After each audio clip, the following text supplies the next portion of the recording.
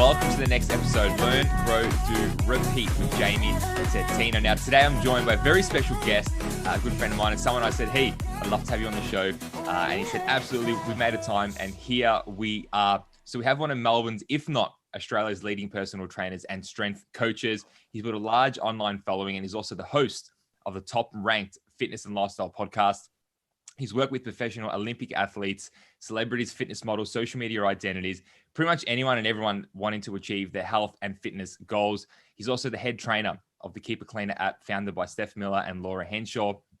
He's personally also played international basketball and has recently got in the boxing ring as well. And he's a competitor, competed at a national and international level as a physique competitor. We have the incredible Danny Kennedy. Welcome, buddy, to the show. Hey mate, thanks for having me on. Absolute pleasure. When you reached out and asked me to come on the show, I was real pumped to come on, and obviously just reading your book recently as well, which was really inspiring for me. Something that I would love to do at some point as well. So I'm keen to have a chat, man. Awesome. Well, again, thanks for the time. I really appreciate it.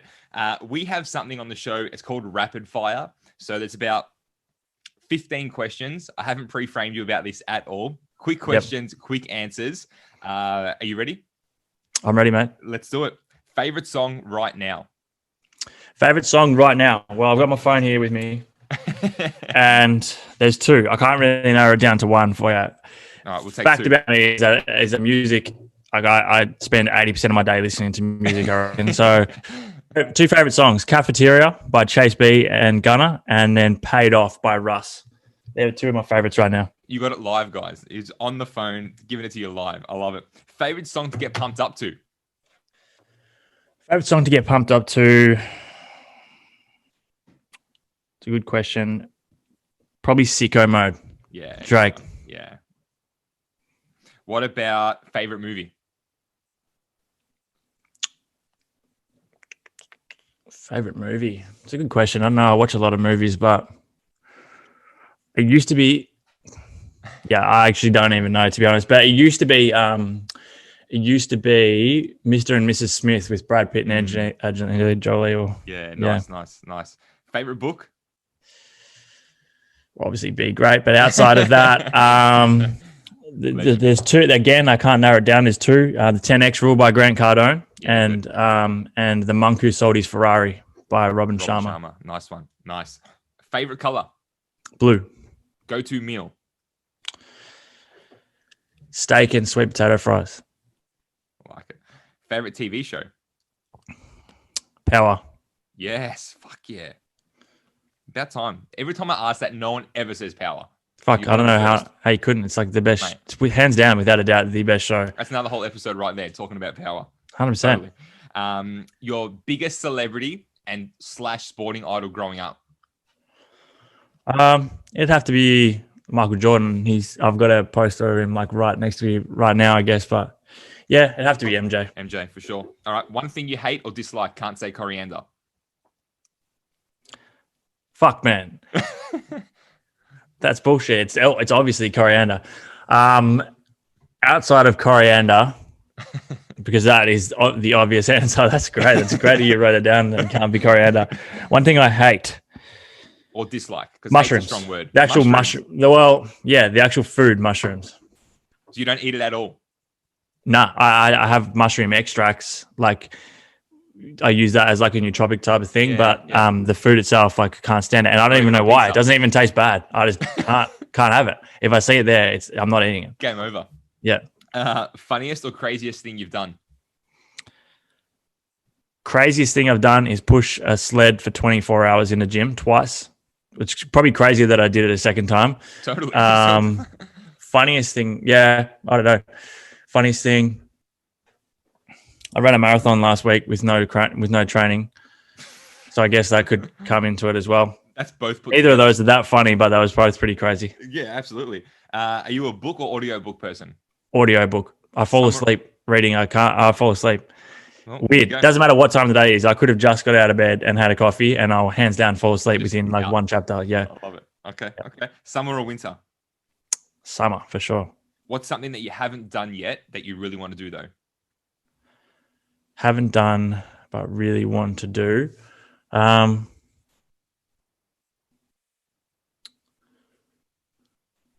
I don't know, man. There's so much. But probably going in theme with what we can't do this year, as in travel. I'd love to go to Italy. Nice. Yeah. I like it. Sum up your mindset in one word. Unbreakable. Proudest moment personally and then proudest moment professionally. Proudest moment personally, probably stepping on, like, to be honest, probably it'd have to be like probably the 24-hour sled push first, because it was for such a good cause. Yeah. But like just stepping out of my comfort zone, and something that made me feel like just that I really did myself a service, was stepping on stage to do a physique competition for the first time, because it was so far left of field compared to what I'd ever done and what anyone else around me was doing. Yeah. And then professionally, proudest moment. I don't know. I really don't know. Something that kind of stood out this year in particular was being an ambassador for the Ovarian Cancer Foundation, or Ovarian Cancer Australia, and helping just raise money for a really good cause, which was aligned with, because of the fact that I put out content with work. So I guess you could say that was professional. Yeah, definitely works out. Definitely not. Good call. Tell us something, Danny, that no one knows about you. Something that nobody knows about me. Man, oh, it's tough, man. I'm telling you, this tough. I like it. It's good. It's good. Someone that nobody knows about me. Oh man, fuck, I don't know. I love F1s. All right. I can't exactly say that that's that exciting, or that anyone would know that, but yeah, I wouldn't have picked that. I'm a big F1 fan as well. All right. Your greatest failure that ended up being your best lesson. My greatest failure was finishing my basketball career at its peak in 2013, which led me down the path of exactly what I'm doing right now. Yeah. Did you just give it up, or like? I had an ankle reconstruction. Oh yeah. And that put me out for a solid kind of 10 months. But in that time period, I had every intention of coming back, obviously. But I just kind of like went down a different path and figured out there's a lot more to life than what I was doing, and kind of like realized that I wasn't exactly following my passion. It was more so something that, don't get me wrong, it was my passion, but I'd done it for so long and built it up so much in my head that I thought that was the only thing I wanted to do, when it actually wasn't. Correct. I just kind of made myself think, and I kind of wrapped my identity around that, and that was it. How old were you when you started playing basketball though? Probably year one. I don't know how old you are when you're in year one, but yeah. So you played for such a long time. The same with me with footy. You get all the way there and you have a few injuries, and it's like, I don't know anything else. Like I said, I think I really wrapped my identity around the fact that I wanted to do that. Yeah. And I was almost really closed-minded, to be honest, because I didn't take any other thought process as to what else I would do outside of basketball, because that's all I was doing. Mentally, I was playing basketball. I was playing basketball. That was no matter what. I didn't care about anything else. Like, I was playing basketball, and that's it. So, yeah. Yeah, good. Okay. What was 10-year-old Danny like? 10-year-old Danny was... What year are you in when you're 10? Maybe like year 5 or 6? Yeah. A little bit chubby. Cared a lot about what other people thought. Not confident. Yeah, like not very confident at all. I guess you could say I was lost. Like I didn't really, when I look back on it, to be honest, like my whole schooling time up until about year 11 or 12, 10, 11 and 12, I didn't really like it at all. Like I hated it. I dreaded it, to be honest.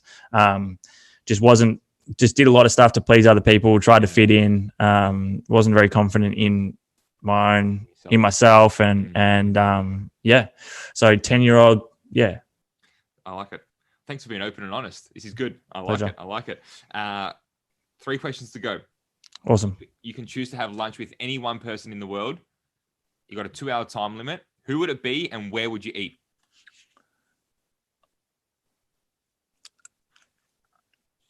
Well, aside from my beautiful girlfriend, because just in case she listens, I would eat with.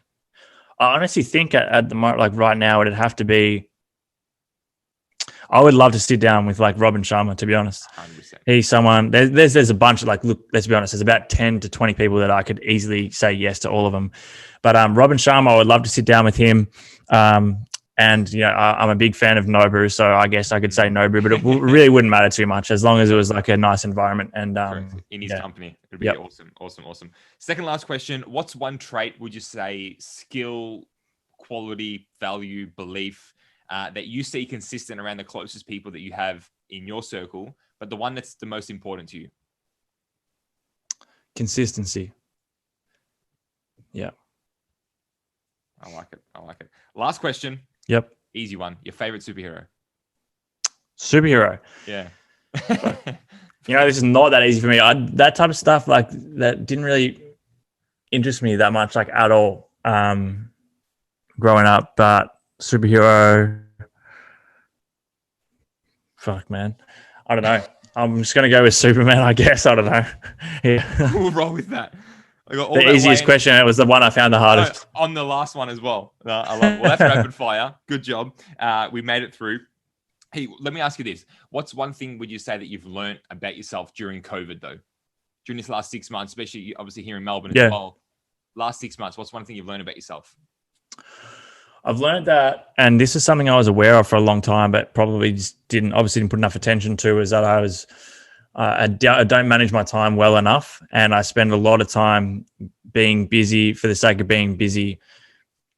Well, not busy for the sake of being busy. I feel like I'm very productive all the time, but I feel like I could be a lot more productive. I will be a lot more productive now that I've kind of broken down how my days looked before and how much more productive and how much higher quality work I can do if I break it down a lot differently. Yeah, good. I guess the fact of slowing down in a way, because we almost had to, allowed you to really stop and say, cool, how am I spending my day?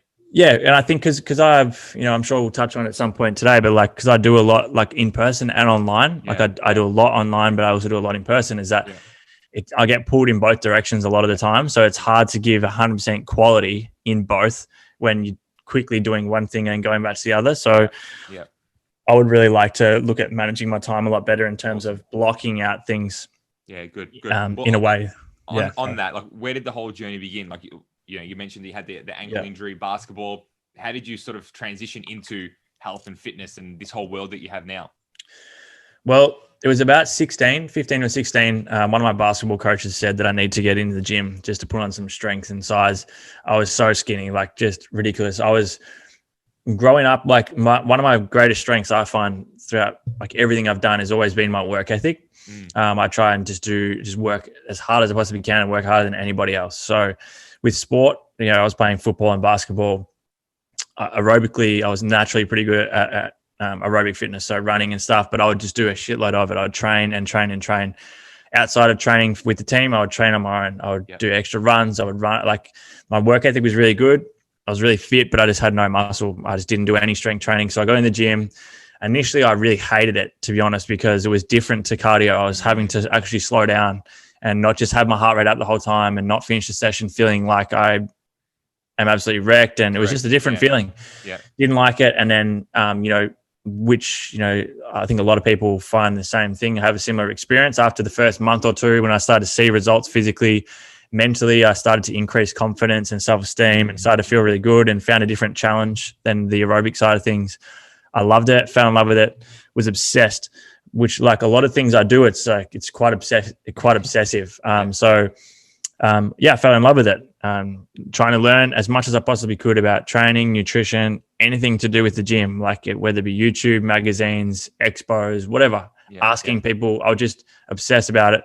And then it's still the same today, but this went on all the way up until I finished school. In year 12, I did my personal trainer's qualification separate to school. I just did it via correspondence over the 12 months when I had time. Yep. And like I said before, I didn't really have any intentions of becoming a PT because I was going to be playing basketball. Yeah. But I did this just in case, I wanted to train friends someday or whatever, and just as a side hustle type thing to make sure I was qualified. Side hustle, I love it. And then I moved to Melbourne for basketball full time for 2 years, and then was still obsessed. Like at the time I knew it, but then like when I think about it now, like I fucking loved going to the gym way more than I love playing basketball. Like the fitness side of sport was always my favorite. Even when I was playing footy, I love footy. I literally just chosen to play footy over basketball the day before I got called to move here for basketball. So with footy, like preseason was like my favorite time of the year. Like I loved it. So fitness was always so important to me. And then when I was here for basketball, I actually started to build my knowledge properly, because the first few years was just like surface level. A lot of the myths, a lot of the bullshit. I sifted through all of that, tried all of it, trial and error. And it wasn't until I was here in Melbourne that I started learning off reputable sources and evidence-based training and nutrition principles, and started applying that to my own training and nutrition, and started seeing results. So then by the time I wrapped up my basketball, in that process, I'd been doing some gym floor shifts just for some money, really, just like once or twice a week. Literally, that's all I was doing. Not training anyone, just writing up people's programs and just walking around the gym, to be honest, trying to look busy. And you know, when I moved to Melbourne, like I was the same height that I am now, and I was about 25 kilos less. And keep in mind, at this point, I'd already been training for 3-4 years. So I thought I was jacked. Like I thought I knew what was going on. But it wasn't, like I said, it wasn't until I was here that I learned the principles that I actually needed to learn, and which I've now, you know, used for so many years, that started seeing results. So yeah, wrapped up basketball. When I was doing my rehab for my ankle, I started training people full time, and then straight away I just realized that that was it. That's what I wanted to do. I was really passionate about it. I loved helping other people, and saw it as something long term that was a lot more likely for me to build up as a business and as a career. And just haven't looked back since then. And awesome. It all just kind of like just flowed on really well. Yeah, awesome. I guess on that, like, it's funny because in a way, like, you never thought it was going to be a side hustle. You said, you know, doing PT and just helping mates here and there, but you already had like that. I don't know if it was instilled, but you already had that love for it even before you knew what a PT was or what PT was. For sure. Funny how like you would run all the time and do the training because you actually loved it. Yeah. Now you almost in a way get to pass it all on. And still exactly. have that love for it. And that's what I find is so enjoyable now for me, is that like, it's so great when I have a potential client come to me, or, you know, online or in person, and they're telling me their problems, and I can kind of sit back and a lot of the time go and think to myself, like, I know exactly how you feel. Connect. I know where you're coming from, because I've done all the wrong. I've done everything fucking wrong they can do. So I get it. And then to be able to see that shift in mindset, that shift in physiologically as well, like when they start to see results, like I get enjoyment out of that now. So absolutely. Obviously I love to push myself physically. I love to achieve things myself physically, but now my real passion is helping others feel what I felt. Yeah, definitely. So from there, how did you go on to then go and build the online following? Because the question for me is like, and you probably know this, is I wouldn't even know how many PTs there are in Australia. Yeah. Probably some ridiculous number. Why does some only really go down the path and make it a really successful career?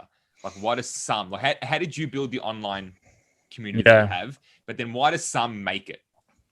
Well, it comes back to the answer. Yeah, it does.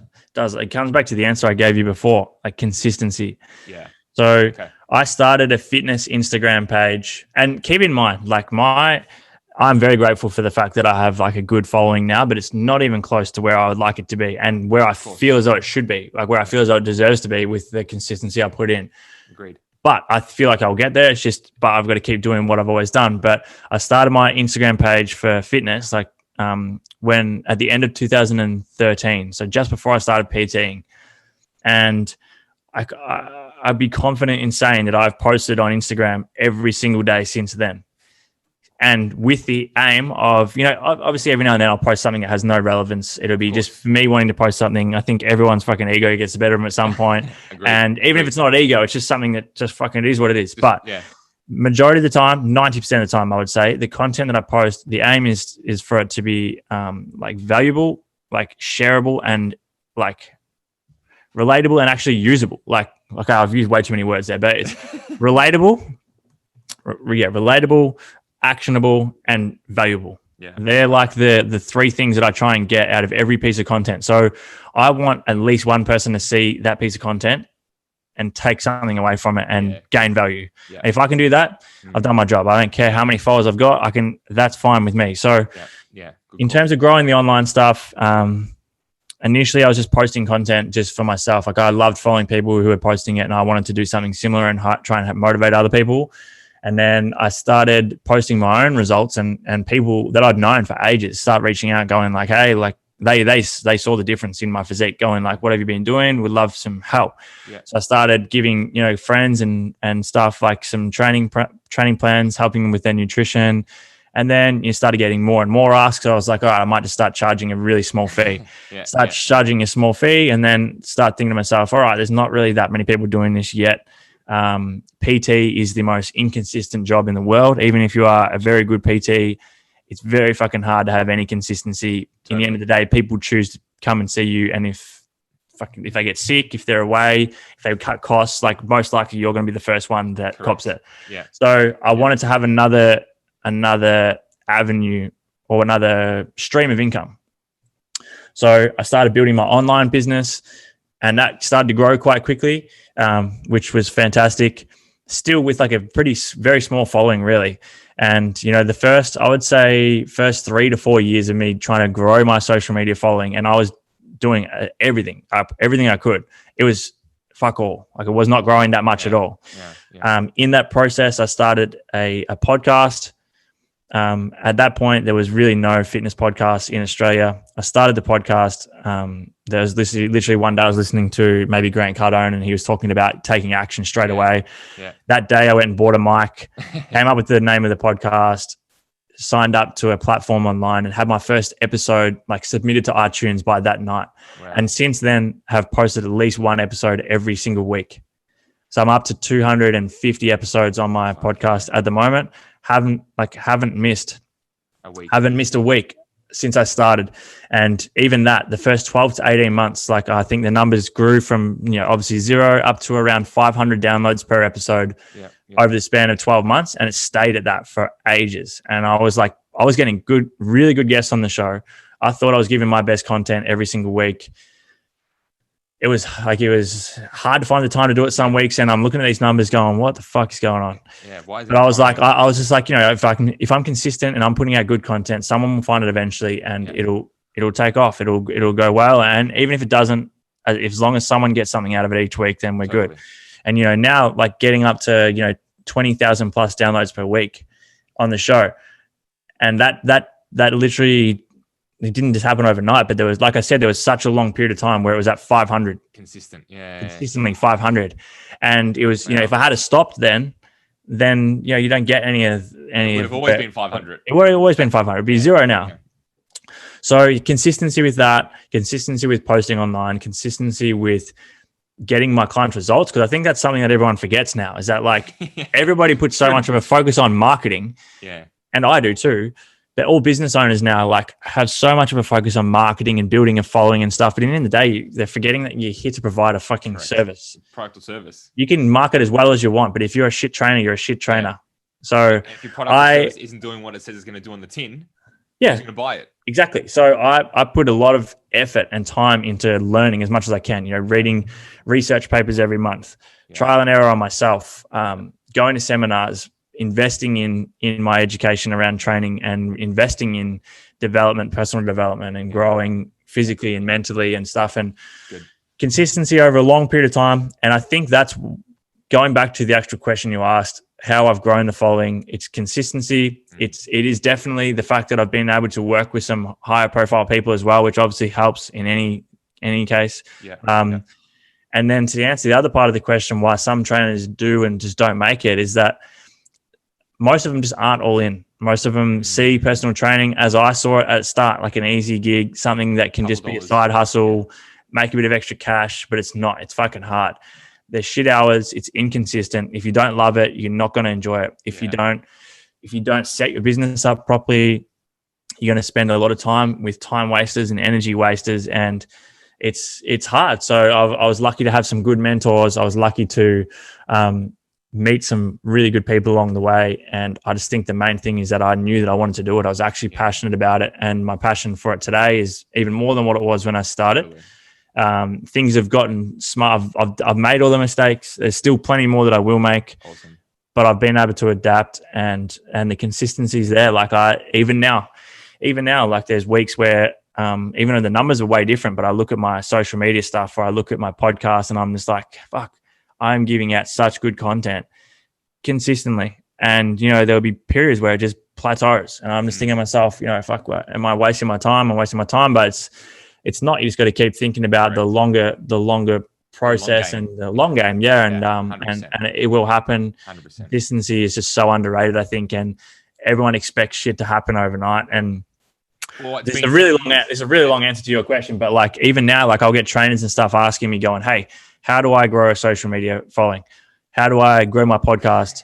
Blah, blah, blah, blah. And they've literally started their page like last week. I'm like, fuck, man, post every single day. You got 7 years to go, bro. You got 7 post years to every single day now for the next 7 years. Yeah. And come back and let me know like where you're at. Like it's not going to happen overnight.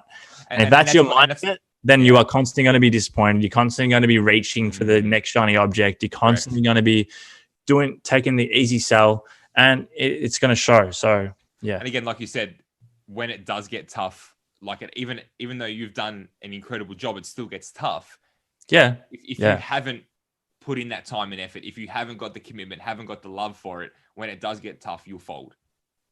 Yeah, without a doubt. And it's hard. It's going to happen. It's going to happen. Like, it doesn't matter who you are, you're going to get it. Yeah, like I said to you before, I'm nowhere near where I'd like to be. Yeah. But I am very grateful and very, self-aware enough to see the progress I've made. And when I look at, and the other problem is where, people do see a little bit of success and all of a sudden they stop doing what got them there. Yeah. So I know that I've got to the point where I am because I've done something every single day, every single week. Correct. Or since 2014, whenever year it was. So for me to get to that next level, I've got to, someone, like I said before, Grant Cardone, someone that I really take a lot of value from. So I got to look at the effort I'm putting in now and I'm like, all right, well, this is what effort I've put in to get to here. I need to do more. I need to amplify this. Like, where do I need to be better? What can I do more? How much more value can I give? What type of extra value can I give? Exactly. Start to make a bit more money. So now, invest more money into myself, invest more money into delegating stuff to other people. And good man. Good. Yeah. One thing I love most importantly as well is that you actually like walk the walk. Like you don't just say, hey, go and do this because I've read it somewhere. Yeah. Like you said, you've tried it yourself. You used to play, professional basketball. You've competed, you played footy, you even got yourself in shape to get in the boxing ring. You did the sled push, you ran a marathon last week. So like you're someone who's actually living what it is that you're at the same time preaching as well.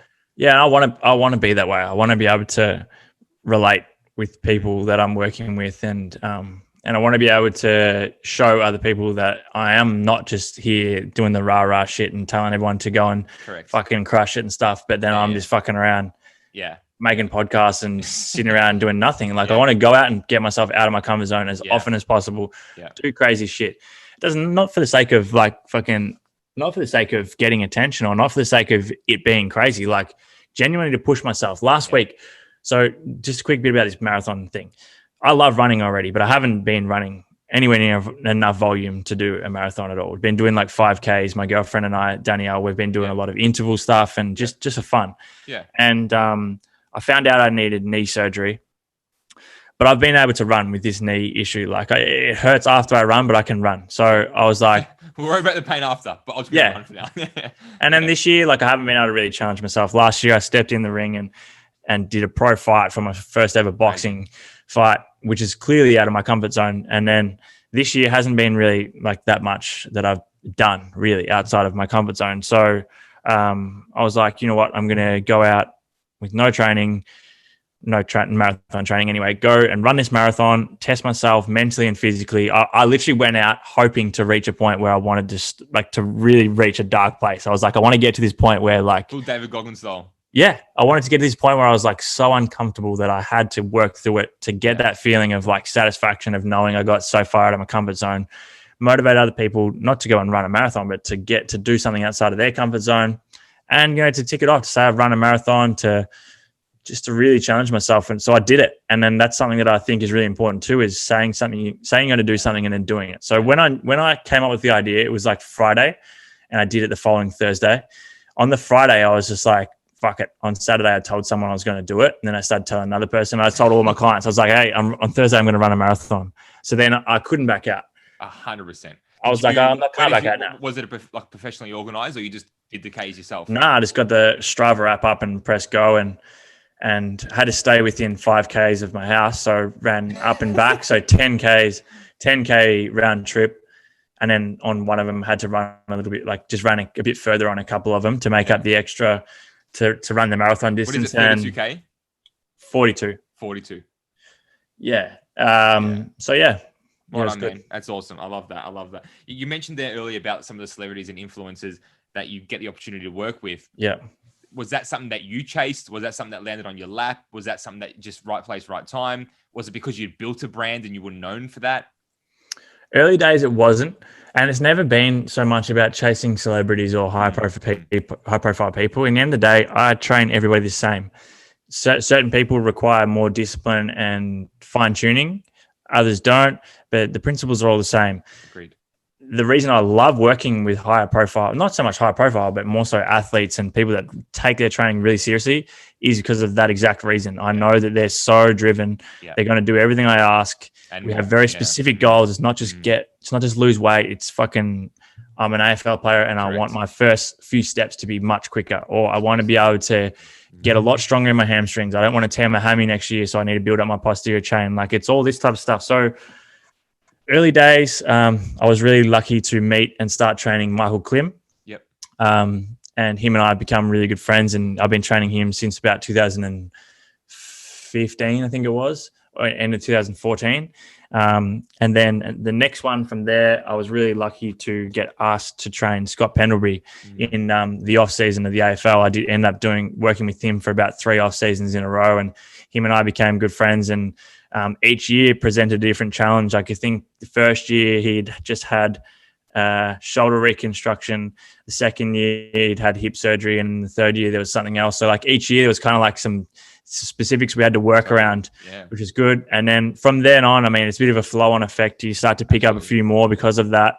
But there was definitely like a lot that I reached out. There's been so many clients that I've just reached out to with no worry about them saying no or being fear of rejection. Like, you know, someone that I'm really good friends with now, Mitch Orville. He had a big profile, obviously, at the time when the Angry Dad videos were quite large, and someone had tagged me in one of his posts asking if he wanted some help with training or something like that. So I just sent him a DM on Instagram and said, hey, bro, I'd never met him before. I was like, hey, man, saw that you need some help. Would love to get your nutrition in order and your training. Come down, see me. Let's get started as soon as you like. That's it. I didn't say in return for a post. I didn't say I want money. I did it for free. I was like, I'm going to give value. And straight away he was like, oh, thanks, man. I'll put up a post for you. I'm like, nah, bro. I actually said, no, don't put up a post. Wait for 2 to 3 months until we're in a full routine rhythm, get to know each other, you get results. And then if you're happy with your results, I'd love for you to. But if not, no stress. That's fine. And I never ask any high profile or athletes to post for me ever. Not once have I ever done that. If my result, if I'm good enough at what I do, they'll do it. Correct. They'll post. They'll talk about it. 100%. It's the same with any clients, whether they're profile or not. And then doesn't matter. Yeah. So he reached out, and now we're really good friends, and that's flowed on to other people, and then it's just a flow on, and you kind of get in certain circles and you meet new people. And even to this day, there's people that I still reach out to that I see that. Not because, like I said, not because they're high profile, but more so because I would like to work with them. I would like to help them. And I feel as though there's a gap in what they're doing. And I reckon I can fill that gap.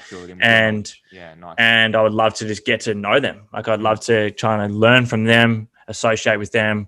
You know, you're the product of your environment and the people you spend the most time with. So I try and surround myself with people that I think are at the top of their field and that are going to motivate and inspire me to be better as well. And love that. And again, I love the fact that it's not about chasing or going after it. It's just about doing good work, getting clients results. Get them results. Doesn't matter who they are. If you get them results, they'll keep turning up. And if you get them results, they'll start sharing you. It's like good. Yeah, exactly right, man. It's like, it's not even just you can do all the marketing. Your book, right? You can do all the marketing you want, all the Facebook ads, all the PR, everything you want.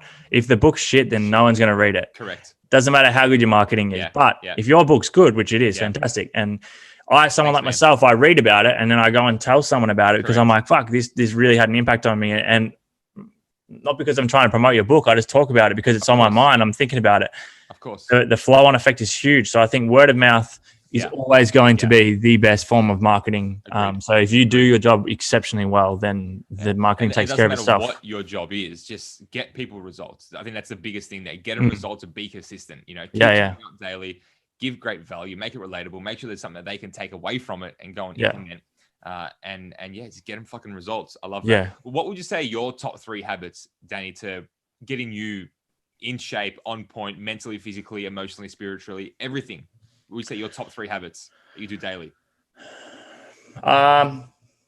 Habits. I don't know how specific you want it to be, but like, I think morning routine for me is massive. It doesn't have to be morning. It doesn't have to be specific to what I do. It doesn't have to be anything in particular, but for me, it's just set in stone and it just sets me up for a great day now. So I get up in the morning. I usually do a quick prayer first. I then hydrate. I do a cold shower. After the cold shower, I'll then meditate for about 20 minutes now, and then I'll do some journaling. So I'll do I'll do a gratitude list, my daily goals, have a coffee, and then I'm out the door. And this is all like before I've left for work, and I feel productive already. I haven't even really done anything yet, but I'm set up. I know exactly what I want to achieve out of the day. I find that so significantly important. The other habit, I think, in terms of talk about getting in shape and being at your best, I think nutrition just has to be in that conversation. So I'm always aware.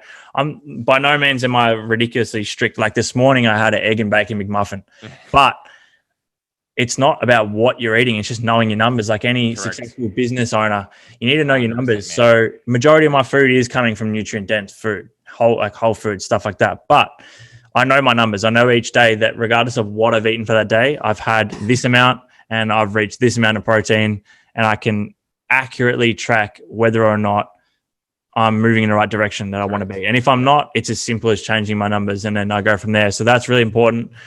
And then the third habit, I guess, is just enjoying the style of training I'm doing and enjoying there's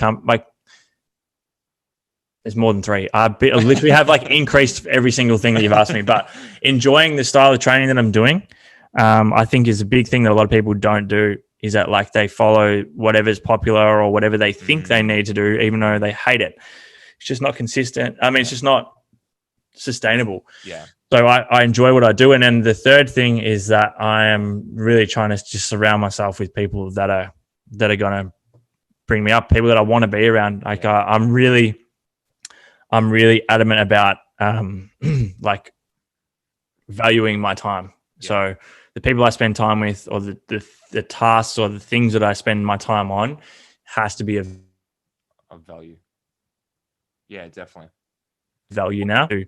Not much or whatever, and it just it is a bit of a waste of time. Absolutely. But majority of the time, I'm really valuing my time. That. Yeah, you have to be. Man. You have to be. Again, we all know we've only got a certain amount of time in a day, and if you want to make the most of it with the best possible people, then you need to be real on top of that.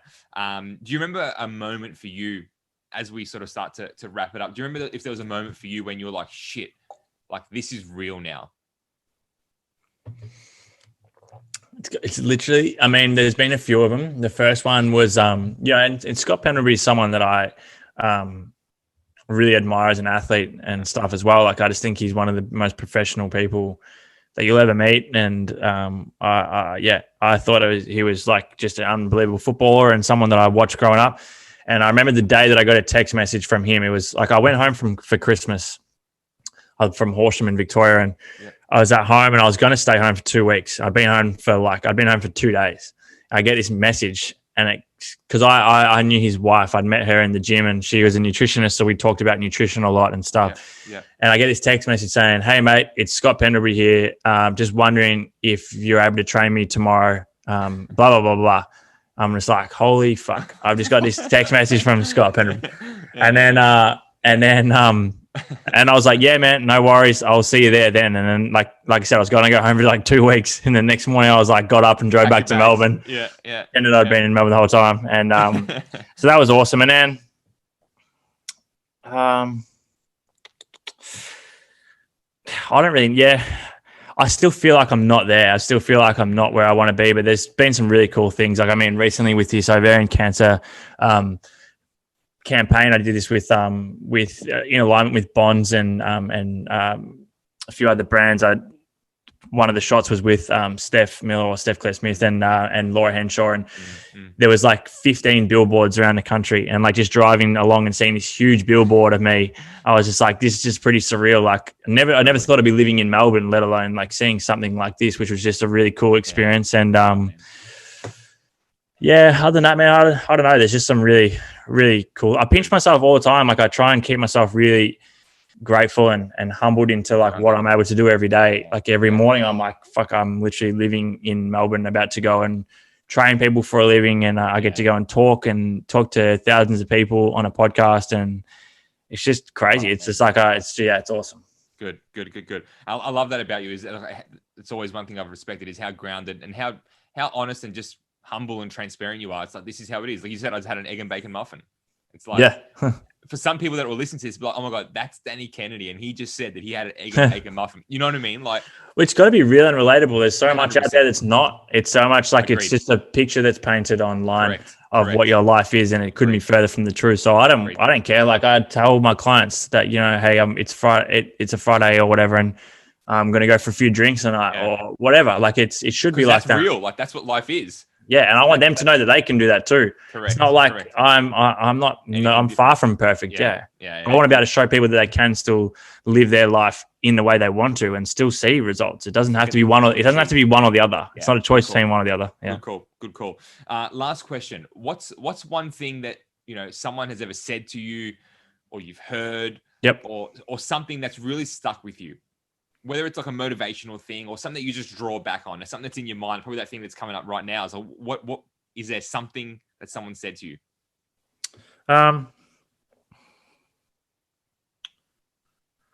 Something that someone said to me. Not really, to be honest. Not like a specific thing. Like something I've actually got tattooed on my arm is that those who endure will conquer.